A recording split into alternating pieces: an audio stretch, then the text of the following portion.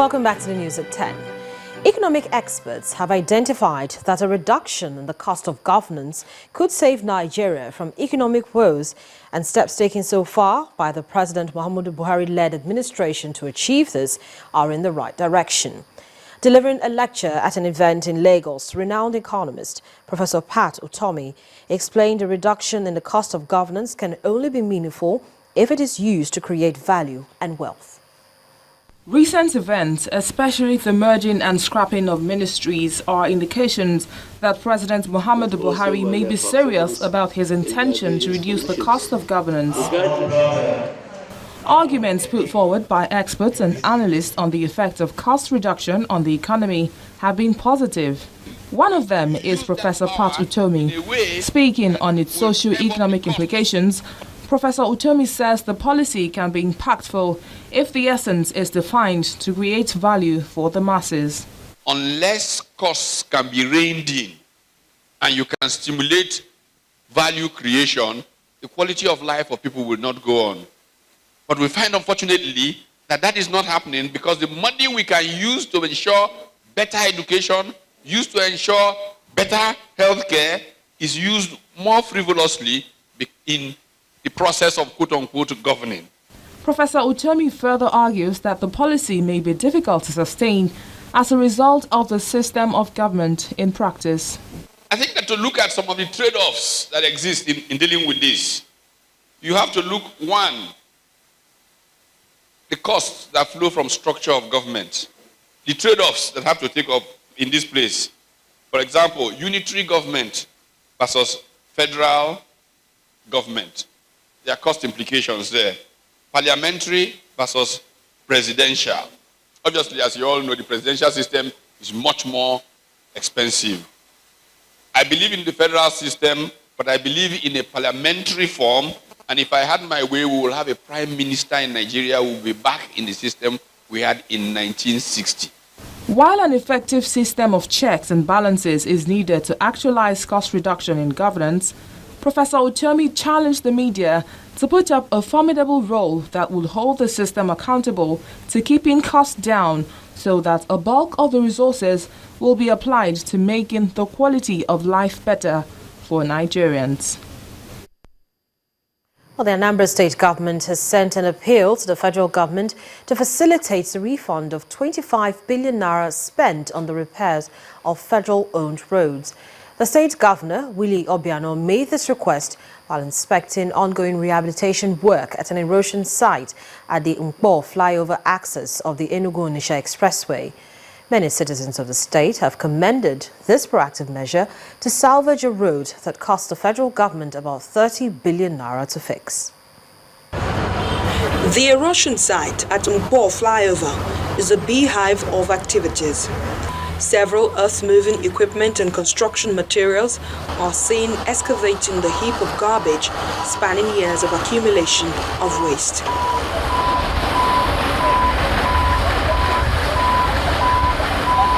A deep gully that had severed a greater portion of the newly constructed expressway is also being filled.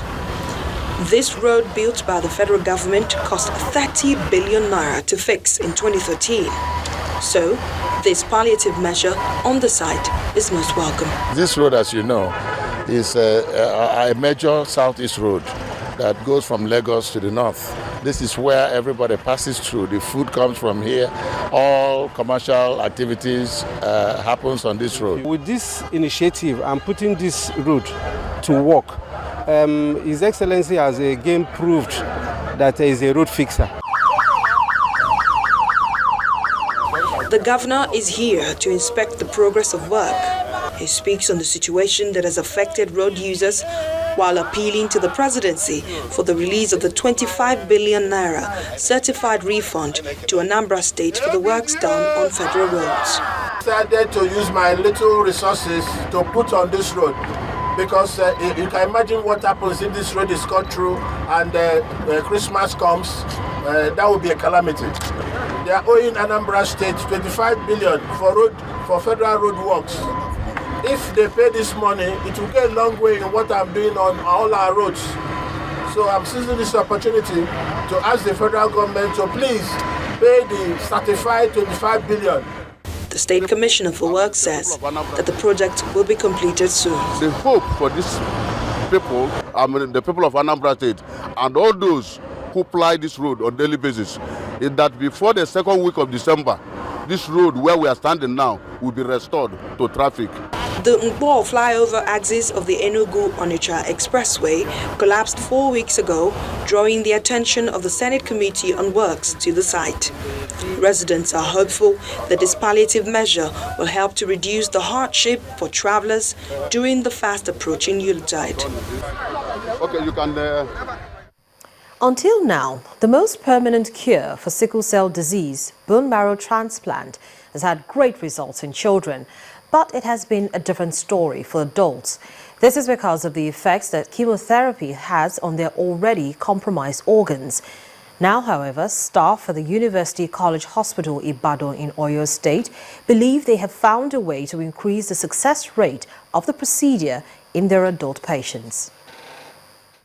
Available statistics from a consultant at the University College Hospital Ibadan, Dr. Titilola Akimbola, show that approximately 3% of Nigerians are suffering from sickle cell anemia, and many of them are now presenting in adulthood.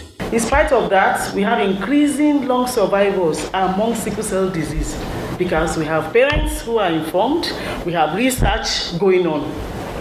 Hence, you would find sickle cell patients, you may find presenting even in adulthood. So we have to live and contend with these complications. The journey to the discovery of improved treatment started with long years of research on a global scale into the cure for sickle cell anemia. In the University College Hospital, this has led to the acquisition of this state-of-the-art blood bank for the retrieval and preservation of blood. An apheresis machine, which is an important piece of equipment for bone marrow transplant, was also procured.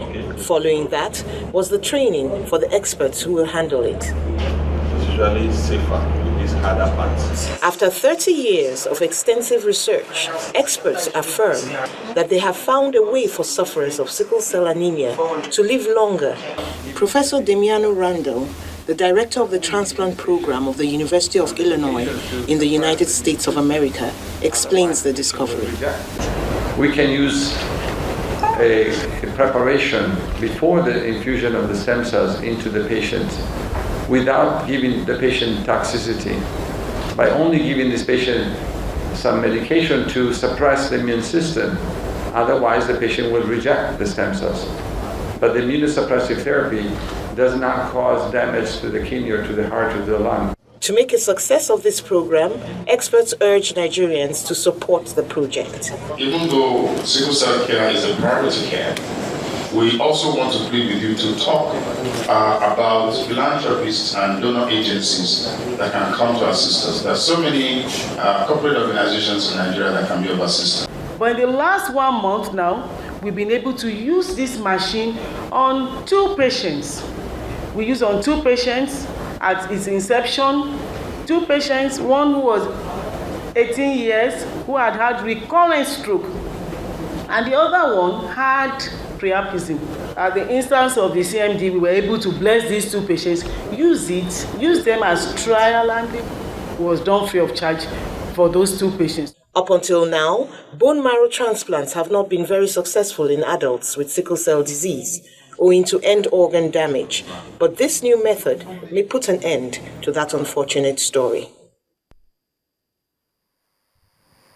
Well, let's take a look at what's happening in the day's business news now with Adeshawa Josh.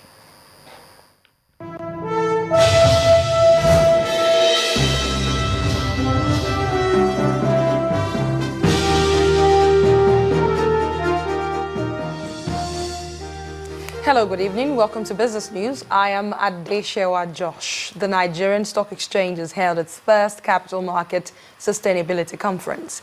The event, which attracted chief executives of quoted companies, discussed ways by which their businesses can be more transparent. Business News correspondent Bolaji Akinwale reports. Chief Executive Officers of quoted companies at the inaugural Nigerian Capital Markets Sustainability Conference. The essence of this meeting is to sensitize these leaders on the need to adopt a no business as usual approach in order for their businesses to thrive.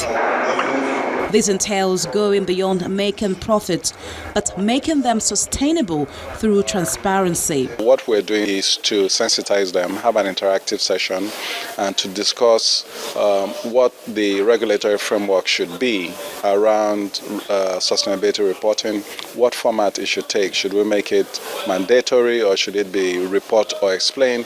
What content and templates, because it needs to be such a way that investors, regulators, and other stakeholders can understand. Business owners are advised to adopt strategies that would make their businesses last long. It has to go beyond profitability. The purpose, what's the purpose of your business? How are you ensuring that you are imbibing, that the organization have strategic plans, that you are ensuring that all your stakeholders across the entire ecosystem, that they are all aligned. Key issues of corporate governance, which highlights the Nigerian Stock Exchange Corporate Governance Rating System, sustainability reporting and environmental, health, safety and social audit are identified as good regulatory steps. What I see happening in this from the Nigerian Stock Exchange and what they're wanting to see happen, I have no doubt that companies in Nigeria will actually adopt some form of integrated reporting and actually take this forward.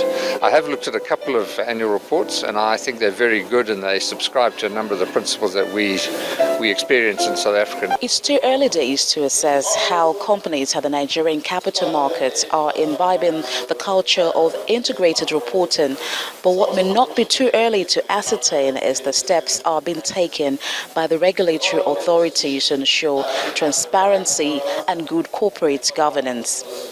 Bolaji Akinwale for Channels Television News. 2.06 billion shares were exchanged by investors in the week just ended at the Nigerian equities market in 14,992 deals valued at 23.39 billion naira, with investors still concerned about the release of weak corporate earnings. A market breadth came in negative as 23 equities appreciated in price during the week as against 42 price depreciators. The top 3% gainers for the week are Unilever with 15.75, Eterna with 12.42 and UAC Property with 10.14. On the flip side, AG Leventis was the top percentage loser, down 12.75%, followed by Caverton and E-Transact. At the end of the week, the all-share index and market capitalization depreciated by 1.14% to close at 28,841.67 and 9.91 trillion naira, respectively. Meanwhile, at the bond market, yields were mostly mixed, contracting for the first 3 days of the week. Analysis by Cordros Capital shows sell-offs commenced on Thursday after marginal rates at a primary auction came out lower than the market expected.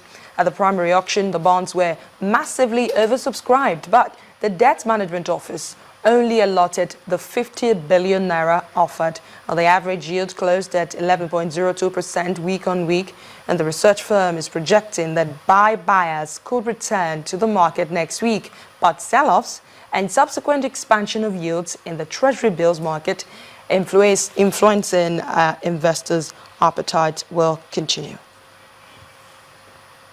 Well, that's business news this hour. The news at 10 continues in a moment. I am Adeshewa Josh.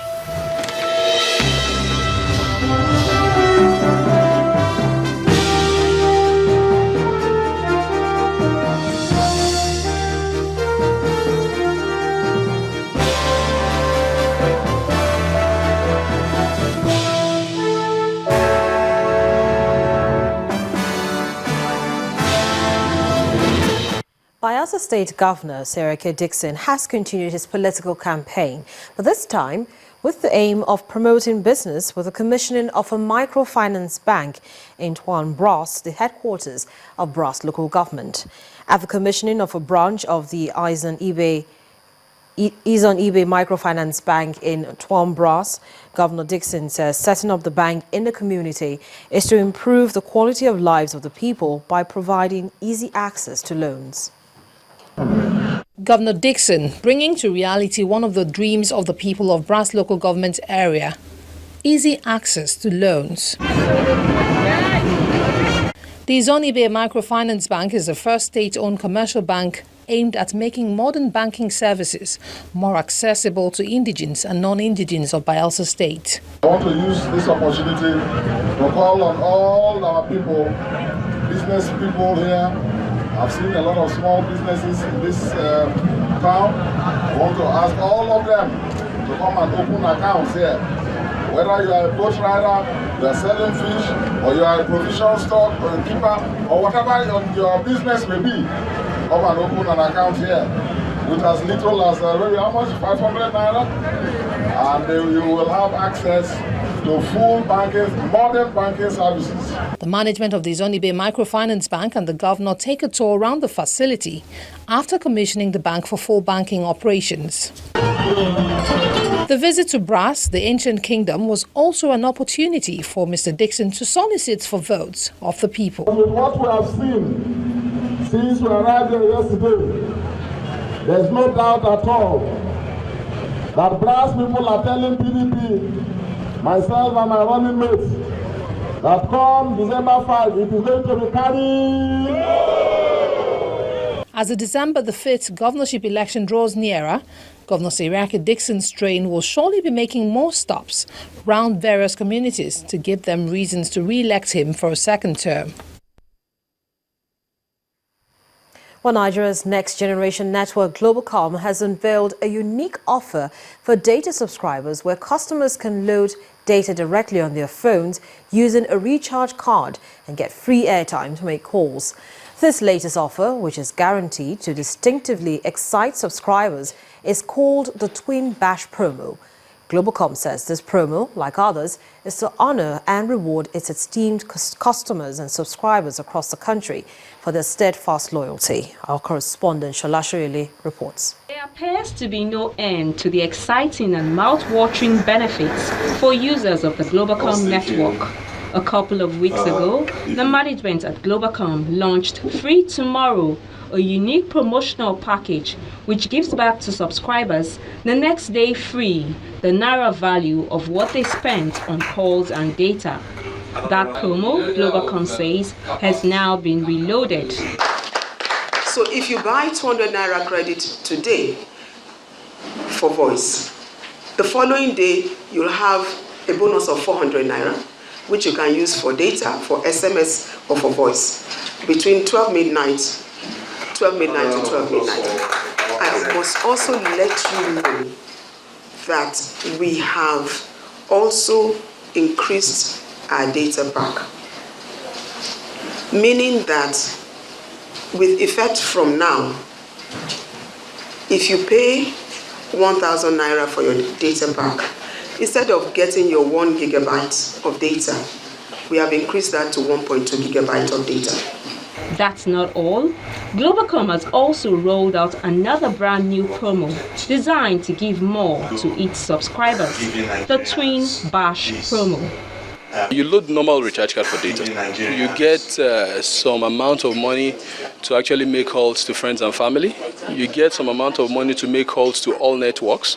And you also get data, like 4 times of what you have actually paid for. So depending on what denomination you use, whether 200 Naira card or 500 or 1,000, 2,000, 5,000. So depending on that, that gives you value for your money. So you actually get, apart from really the name is Twin Bash, but actually you get quadruple bash actually.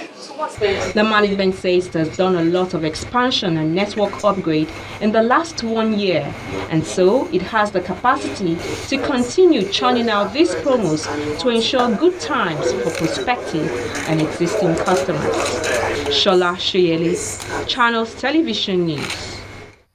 Still ahead on the news at 10, Nigeria's under-23 national team coach Samson Siasia invites 4 Golden Eaglet players for the Olympic qualifier in Senegal. That's on Sports News.